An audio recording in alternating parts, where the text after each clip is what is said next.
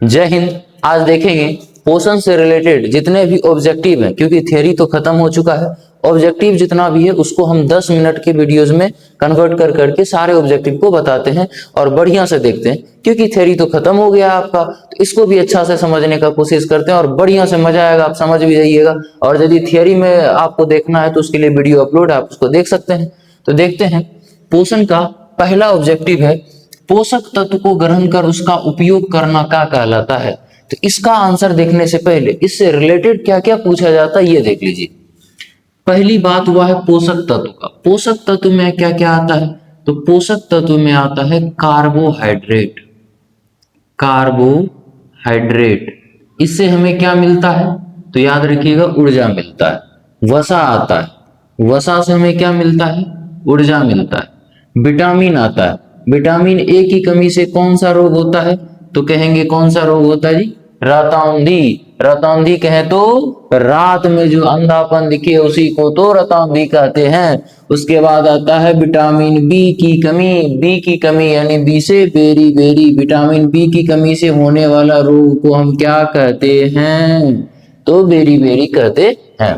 उसके बाद देखेंगे विटामिन सी की कमी से कौन सा रोग होता है? विटामिन सी की कमी से होने वाला रोग का नाम है अस्करवी। और इस विटामिन सी की कमी को पूरा करने के लिए आप खट्टा चीज को खाओ तो विटामिन सी की कमी पूरा हो जाता है। जैसे कि आंवला सबसे ज्यादा विटामिन सी का सोर्स वाला होता है। विटामिन डी की कमी से हड्डी कमजोर हो जाता है, जिसको कहते हैं हम कि रिकेट्स। रिकेट्स हो गया जो हड्डी से रिलेटेड रोग होता है, जैसे ऑस्टियोमलेशिया हो गया, ऑस्टियोपोरोसिस हो गया, ये सभी रोग विटामिन डी की कमी से ही होता है। यानी कि डी की कमी से कहें तो ठीक भी है, लेकिन हड्डी में होने वाला ये सब रोग है। उसके बाद देखिए ई की कमी से बालों का झड़ना। ई की कमी से क्या होता है? बालों का झड़ना, यानी कि गंजापन और टकलापन का शिकार होइएगा। लड़कियों सबका बाल उड़ता है, लड़कियों सबका बाल झड़ता है, लड़का सबका बाल उड़ता है, वाष्पीकरण होता है उसके बाल में, बीचे में टापू बन जाएगा, इधर से गायब हो जाएगा, पता चले इधर से है बीचे से पोखर बन जाता है कपारे। तो ये जो होता है बालों का झड़ना विटामिन ई की कमी से होता है। उसके बाद देखेंगे विटामिन के की कमी से रक्त का थक्का ना होना। विटामिन के की कमी से क्या होता है? रक्त का थक्का ना होना। ठीक। उसके बाद देखते हैं पोषक तत्व को ग्रहण कर उसका उपयोग करना क्या कहलाता है? पोषण कहलाता है। पोषक तत्व को ग्रहण कर उसका उपयोग करना क्या कहलाता है? पोषण कहलाता है। अब देखते हैं पोषण के दो विधि, एक होता है स्वपोषण, एक होता है परपोषण। तो स्वपोषण में आता है स्वपोषी जीव, वैसा जीव जो अपना भोजन खुद से बनाए, तो वही क्या कहलाता है? स्वपोषी। जितना भी स्वपोषी जीव इस दुनिया में है वो सब क्या कर रहा है? प्रकाश संश्लेषण कर रहा है। यानी प्रकाश संश्लेषण करने वाला जीव होता है, क्या होता है? स्वपोषी। पूछेगा परीक्षा में। उसके बाद प्रकाश संश्लेषण कौन करता है? तो पेड़ पौधा करता है, अर्थात हम कह सकते हैं कि पेड़ पौधा भी क्या है? स्वपोषी है। और जो पेड़ पौधा पर निर्भर रहता है वो क्या होता है? परपोषी होता है। जैसे गाय, मोना, कुत्ता, बिल्ली, हिरन जितना है सब क्या है? परपोषी है। परपोषी में 3 प्रकार के आते हैं। एक होता है मृत जीवी। मृत जीवी जो मरलका जीव पर रह करके अपना पोषण प्राप्त करे। तो याद रखिएगा कवक और जीवाणु। कवक और जीवाणु ये क्या है? मृत जीवी है। मृत, और एक याद रखिएगा मृत जीवी जो होता है वो एक प्रकार का अपघटक होता है। मृत जीवी एक प्रकार का अपघटक। आप पूछेगा अपघटक किसको कहते हैं? मृत जीवी, परजीवी, प्राणी संभोजी। तो आप क्या कहोगे? मृत जीवी को कहते हैं। उसके बाद देखिए एक आता है परजीवी। परजीवी, तो परजीवी जो किसी अन्य जीवों में अस्थायी रूप से और रह करके उसी से अपना भोजन प्राप्त करता है वो परजीवी होता है। जैसे याद रखिएगा कृमि, गोल कृमि, फीता कृमि, ये सब कितना किसी में आ जाएगा? कृमि में आ जाएगा। तो डायरेक्ट हम लिख रहे हैं कृमि। उसके बाद प्लाज्मोडियम, ये दोनों नाम तो आप याद रखोगे। पूछेगा एक ऐसा जीव का नाम बताइए, यानी एक ऐसा पौधा का नाम बताइए जो परजीवी है। पौधा तो स्वपोषी होता है, तो परजीवी कैसे होगा? तो एक पौधा है जिसका नाम है अमरबेल। अमरबेल एक प्रकार का परजीवी पौधा है। उसके बाद देखते हैं प्राणी संभोजी। प्राणी संभोजी, इसमें याद रखिएगा मानव, मेढक, अमीबा, ये सब जितना होता है ये सब क्या होता है, प्राणी संभोजी होता है। यहां तक में समझने में किसी को कोई कष्ट हुआ नहीं ना। तो आगे देखते हैं कि अगला क्वेश्चन क्या है, प्रकाश संश्लेषण का उपोत्पाद क्या है। एक होता है उत्पाद, एक होता है उपोत्पाद। जो चीज अच्छा वाला बना किसी प्रोसेस में वो उत्पाद है, और जो चीज खराब निकला वो उपोत्पाद है।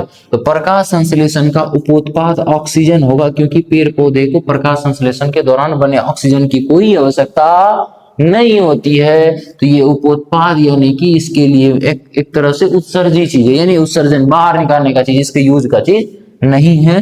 तो उपोत्पाद क्या होगा, उत्सर्जन। प्रकाश संश्लेषण, नाम में देखिए प्रकाश संश्लेषण मीन्स निर्माण करना, यानी जब कोई पेड़ पौधा अपने भोजन का संश्लेषण किसकी उपस्थिति में, प्रकाश की उपस्थिति में करता है, तब उसे हम क्या कहते हैं, प्रकाश संश्लेषण कहते हैं। अब आपसे पूछेगा प्रकाश संश्लेषण के लिए कितने कच्चे पदार्थ चाहिए, आपका ना प्रकाश संश्लेषण के लिए 4 कच्चे पदार्थ चाहिए। कौन कौन चाहिए, तो ये भी देखते हैं। पहला याद रखिएगा, उसको जल दीजिए, दे दिए, फिर उसको कार्बन डाइऑक्साइड दे दिए, 2 को दे दिया ना।